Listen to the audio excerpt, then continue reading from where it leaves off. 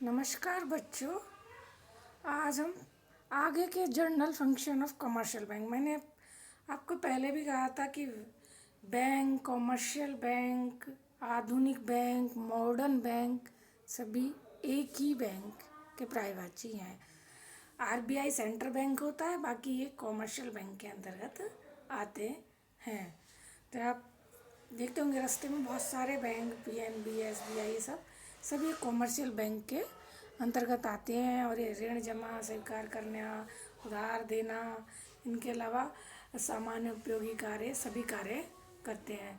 तो हमने अभी देखा धन संपत्ति की सुरक्षा करते हैं, या यात्री चेक की सुविधा, साख पत्रों की सुविधा, वित्तीय सलाहकार के रूप में भी कार्य करते हैं, सूचनाएं प्रकाशित करते हैं, इनमें भी पत्रों को स्वीकार भी करते हैं। और आगे के कार्य हम देखते हैं ऋण की जमानत, ऋणों की जमानत। जो बड़े व्यापारिक बैंक हैं, औद्योगिक एवं व्यापारिक इकाइयों द्वारा लिए जाने वाले राष्ट्रीय एवं अंतर्राष्ट्रीय,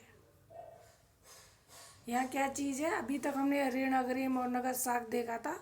उसमें यह था कि व्यापारी या उद्योगपति या किसी को भी ऋण की आवश्यकता है तो वो अपना जमानत रखा और ऋण ले ली। लेकिन इसमें क्या चीज़ है, राष्ट्रीय व अंतर्राष्ट्रीय ऋणों के लिए गारंटी देने का भी काम करते हैं। यानी कि ऋण हमें पर्टिकुलर अपने एरिया में नहीं, हम अदर स्टेट, अदर कंट्री से भी ऋण लेना चाहें तो भी इसकी गारंटी कमर्शियल बैंक देते हैं, जिससे हमें ऋण मिलने में सुविधा हो जाती है। क्योंकि कोई भी जो अदर स्टेट है या अदर कंट्री है, वो बिना सिक्योरिटी के, बिना पैसे की सिक्योरिटी के कोई भी व्यवहार करना नहीं चाहता है। जब व्यवहार नहीं करना चाहता तो हम अपने बिजनेस और ये कैसे बढ़ाएंगे, और ये सब हमारा काम कौन करता है, व्यापारिक बैंक कर देता है। तो यानी कि हम व्यापारिक बैंक हमारे ऋण की गारंटी दे देता है, जिससे हमारा काम हो जाता है। इसके लिए व्यापारिक बैंकों द्वारा ऋण की गारंटी देने से हमें औद्योगिक और व्यावसायिक, इसमें जो औद्योगिक इकाइयाँ हैं, बिजनेस इकाइयाँ हैं, उनको ऋण प्राप्त करने में आसानी हो जाती है। क्योंकि अगर व्यक्ति नहीं चुका पाता है तो वो अंतर्राष्ट्रीय, राष्ट्रीय ऋण जो भी हैं वो, क्योंकि बैंक ने गारंटी दी है तो बैंक के द्वारा वो बैंक से वसूल किए जाते हैं। तो इसलिए बैंक से ज़्यादा अच्छा गारंटर कौन हो सकता है कि जो आपकी पैसे की गारंटी दे रहा है। तो इसीलिए जो इंडस्ट्रियल में है, वो औद्योगिक घराने हैं, उनको ऋण आसानी से मिल जाते हैं।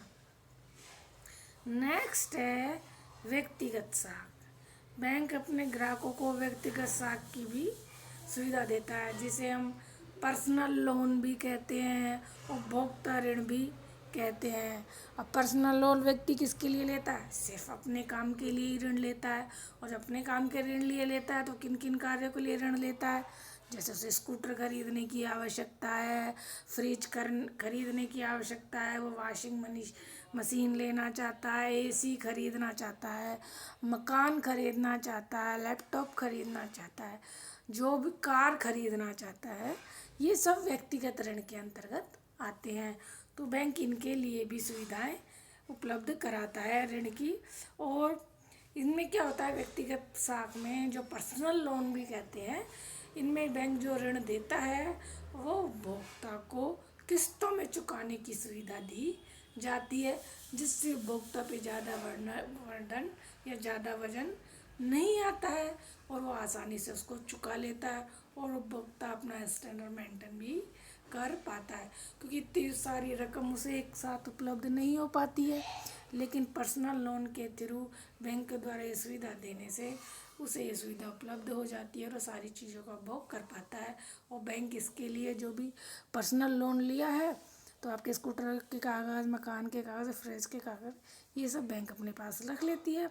जब आप इसकी ईएमआई चुका देते हो, ईएमआई का मतलब मंथली जो आपकी पेमेंट करना है आपको, किस्त, इंस्टॉलमेंट मंथली, तो उसके हिसाब से आप चुकाते रहते हैं, तो फिर वो आपको कागज़ वो वापस मिल जाती है और चीज़ आपकी हो जाती है।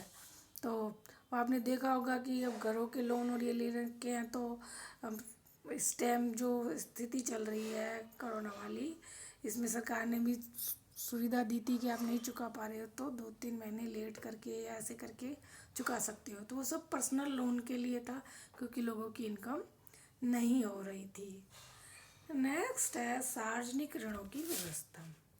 जो व्यापारिक बैंक है, केंद्रीय बैंकों के एजेंट के रूप में भी सरकार द्वारा जारी किए गए ऋण पत्रों की बिक्री का कार्य भी करते हैं।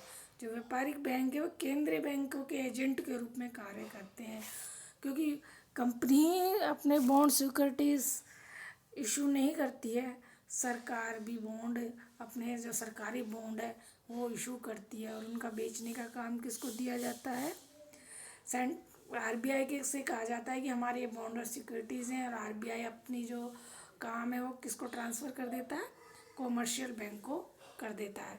तो जो इस गवर्नमेंट सिक्योरिटीज़ को बेच के जो पैसा आता है वो सार्वजनिक ऋण होता है, क्योंकि जनता का एक तरह से जनता ने गवर्नमेंट को उधार दिया है, तो फिर वो सार्वजनिक ऋण हो गया। तो जो सरकार है या गवर्नमेंट है, इसे देश के डेवलपमेंट में काम लेती है, और जब जो मैच्योरिटी पर जो सरकारी बॉन्ड्स होते हैं उस पर जिन्होंने भी खरीदे हैं उनको उसका पेमेंट कर दिया जाता है, जिससे उनकी भी रेगुलर इनकम हो जाती है। और सरकारी जो सिक्योरिटीज़ होती हैं उनको लोग बागों का विश्वास होता है कि ये तो गवर्नमेंट्स की हैं, इसमें हमारा तो पैसा तो डूबेगा नहीं, तो उन सिक्योरिटीज़ को लोग बाग आसानी से भी खरीद लेते हैं। ज़्यादा उसका एडवर्टाइज या करने की आवश्यकता नहीं पड़ती है, इस चीज़ पे ज़्यादा खर्च करने की, क्योंकि गवर्नमेंट सिक्योरिटीज़ में और पब्लिक का वैसे ही विश्वास बना रहता है, तो उनको खरीदने के लिए तैयार हो जाती है, और गवर्नमेंट धनराशि आसानी से जल्दी मिल जाती है, जिससे देश का विकास अवरुद्ध नहीं होता। धन्यवाद।